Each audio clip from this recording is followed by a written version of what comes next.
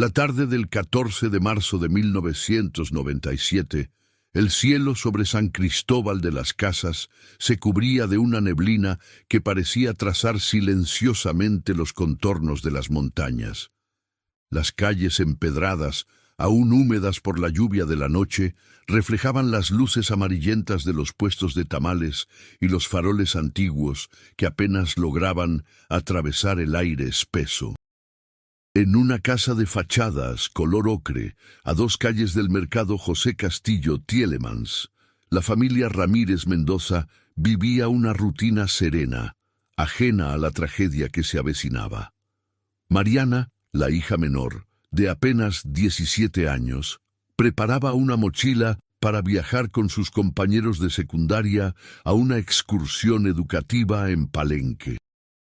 Era su último año antes de mudarse a la capital para estudiar medicina, un sueño que compartía con su padre, Alfredo, un maestro jubilado con mirada cansada y voz pausada.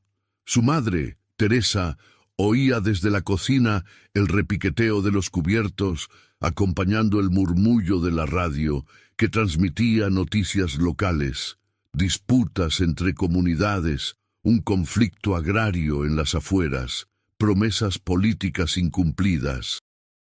Mariana solía decir que su pueblo tenía memoria de serpiente, se movía despacio, observaba en silencio y guardaba sus heridas. A las 6 de la tarde salió por última vez con una sonrisa.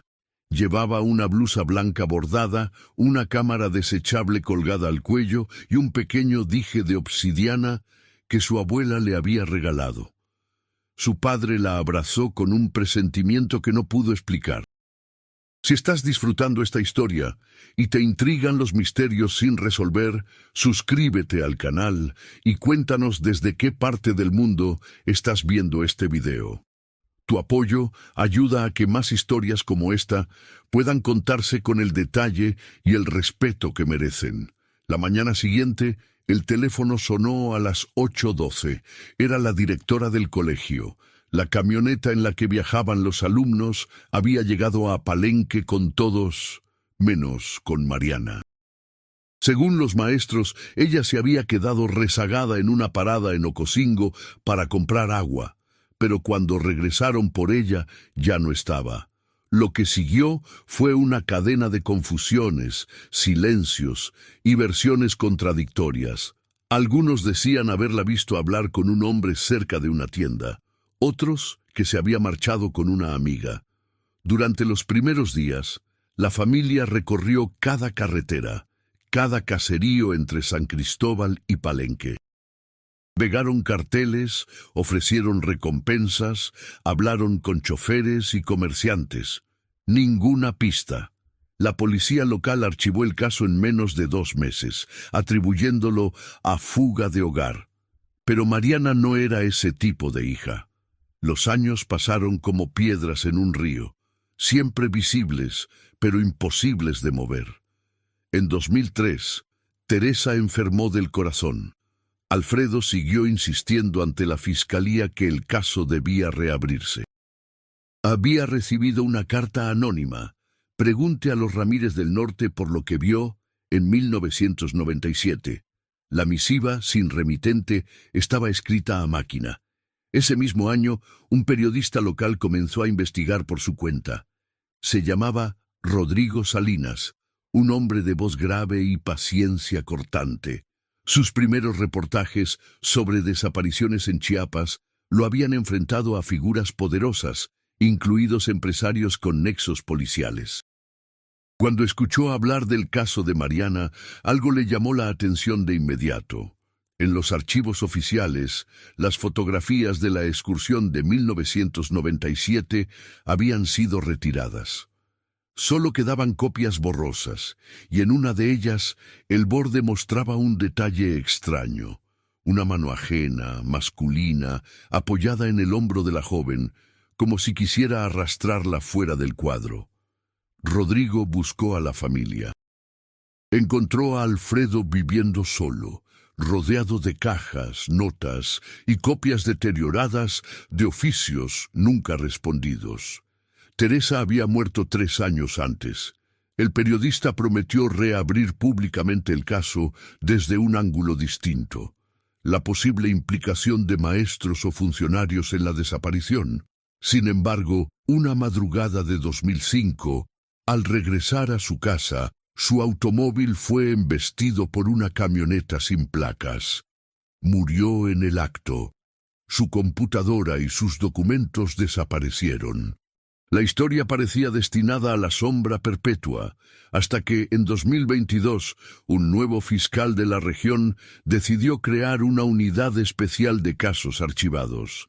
Entre ellos, Mariana Ramírez Mendoza, vista por última vez en 1997, era el inicio de la reapertura.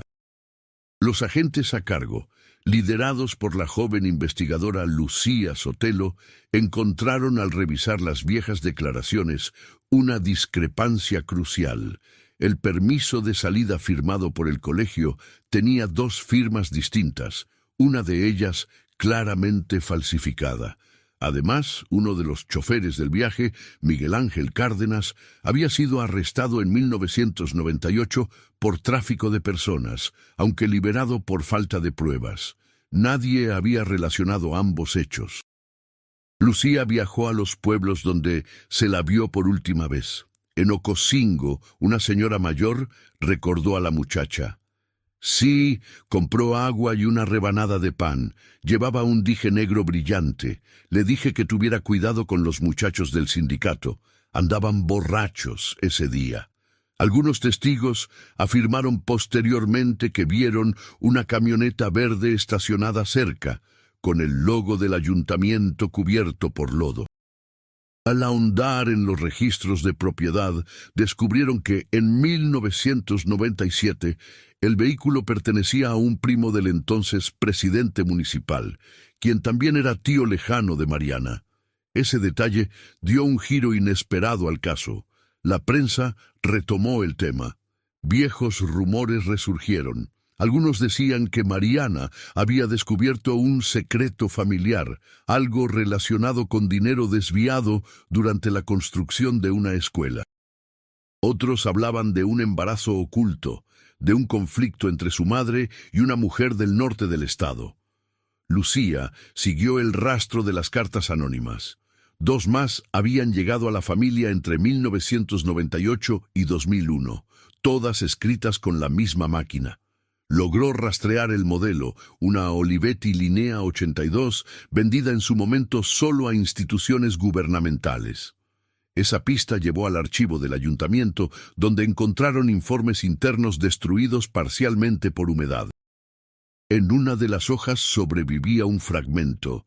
Se recomienda trasladar a la joven fuera del municipio, riesgo de exposición. Esa frase bastó para reabrir públicamente el expediente. El caso se convirtió en noticia nacional. Se revisaron las fosas comunes de la región, se entrevistó a antiguos policías y un dato estremecedor emergió.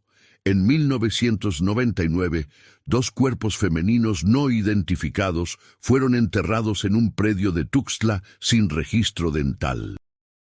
Uno de ellos tenía en el cuello una cadena con un dije de obsidiana. El ADN no coincidió con el de Mariana, pero el hallazgo reavivó la lucha del padre, que ahora tenía 76 años y apenas caminaba. En una entrevista televisiva, dijo con voz quebrada: «Solo quiero encontrarla, viva o muerta, pero quiero saber quién decidió que mi hija no regresara». Durante 2023, la investigación avanzó lentamente. Lucía descubrió que una de las profesoras acompañantes de aquel viaje, Adriana Velasco, había emigrado a Guatemala en 1998 y cambiado de nombre. Tras meses de gestiones, lograron localizarla en un pueblo cercano a Quetzaltenango. Al confrontarla, aceptó hablar, pero pidió protección. Su testimonio desmontó 25 años de mentiras. Adriana confesó que Mariana había sido testigo de una reunión entre 2 funcionarios y el director del colegio en la que se negociaban sobornos vinculados a un programa educativo federal. Ellos le dijeron que olvidara lo que había oído, pero ella amenazó con contárselo a su padre. Días después, en la parada de Ocosingo, un hombre del grupo de seguridad del municipio la obligó a subir a la camioneta verde. Nadie de los profesores intervino por miedo. Lucía se quedó en silencio largo rato después de oír aquello. Pidió órdenes de captura, pero uno de los implicados ya había muerto y el otro vivía en Estados Unidos. Sin embargo, con los testimonios, el expediente se documentó como desaparición forzada vinculada a servidores públicos. El caso Ramírez Mendoza se convirtió en símbolo nacional. En 2024, el Congreso local aprobó una ley para crear un fondo de búsqueda de víctimas de los años 90. Alfredo, enfermo, asistió a la ceremonia y dijo: «A veces la justicia no es encontrar al culpable, sino dejar de olvidar». Semanas después, falleció mientras dormía. En su velorio, Lucía dejó sobre el ataúd una pequeña caja. Dentro estaba el dije de obsidiana que la fiscalía halló en un puesto de antigüedades en San Cristóbal. Nadie supo cómo llegó ahí, pero su hallazgo cerró simbólicamente un círculo abierto 27 años atrás. La verdad sobre Mariana aún no era completa, pero su historia cambió la manera en que México miraba sus desapariciones del pasado, y entre los papeles del viejo maestro se encontró su último mensaje. Ella no desapareció del todo. Nos obligó a seguir buscando lo que somos cuando perdemos a los nuestros. Los primeros días posteriores al funeral de Alfredo Ramírez Mendoza transcurrieron en un silencio espeso, como si la ciudad misma se hubiera contagiado de la tristeza contenida de quienes alguna vez esperaron respuestas. San Cristóbal de las Casas se vestía de colores desvaídos. La niebla persistía en las montañas y el bullicio habitual del mercado parecía opacado por el eco de las campanas que, durante la misa de despedida, anunciaron la partida del padre de Mariana. Lucía Sotelo, la investigadora, se debatía entre el desconcierto y el deber. Había llegado hasta el fondo, pero un vacío la inquietaba. En los rostros de los amigos y antiguos colegas de Alfredo, reconoció la mezcla de dolor y temor que acompañó el caso durante tantos años.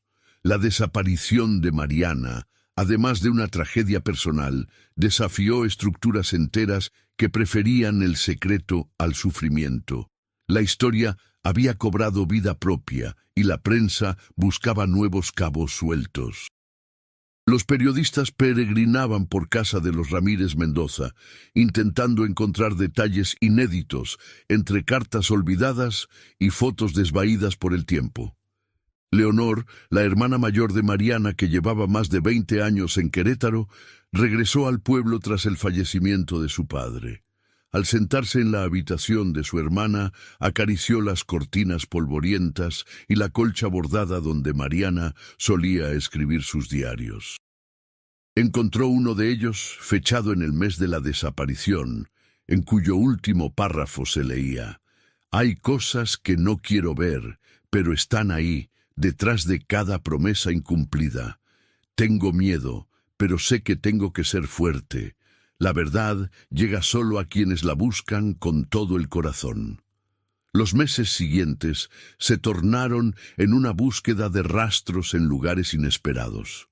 Leonor y Lucía rastrearon cada pista que hubiera permanecido oculta en la memoria del pueblo. Reabrieron entrevistas con antiguos maestros, directores y vecinos que recordaban a Mariana, reconstruyendo minuto a minuto los eventos del día en que desapareció. Algunos testigos, mucho mayores, parecían haber olvidado detalles.